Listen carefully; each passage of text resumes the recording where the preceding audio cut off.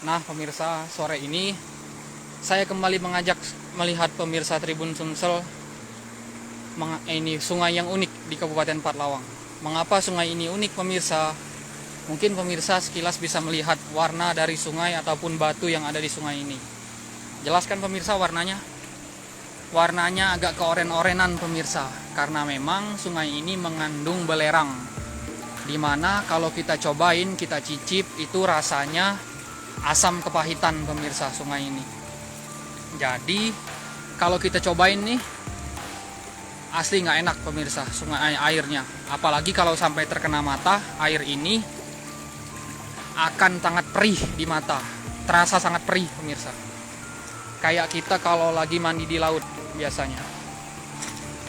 Adapun lokasi kita saat ini pemirsa ada di Kecamatan Muara Pinang, Kabupaten Pathlawang. Jadi di Kecamatan Muara Pinang ini mengalir salah satu sungai yang cukup unik. Salah satunya Sungai Bayau ini.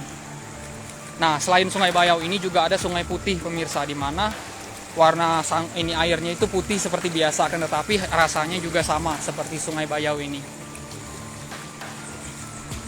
Nah, selain itu pemirsa, ajaibnya warga sini percaya kalau air Sungai Bayau ini bisa mengobati luka ataupun kudis. Katanya sih begitu.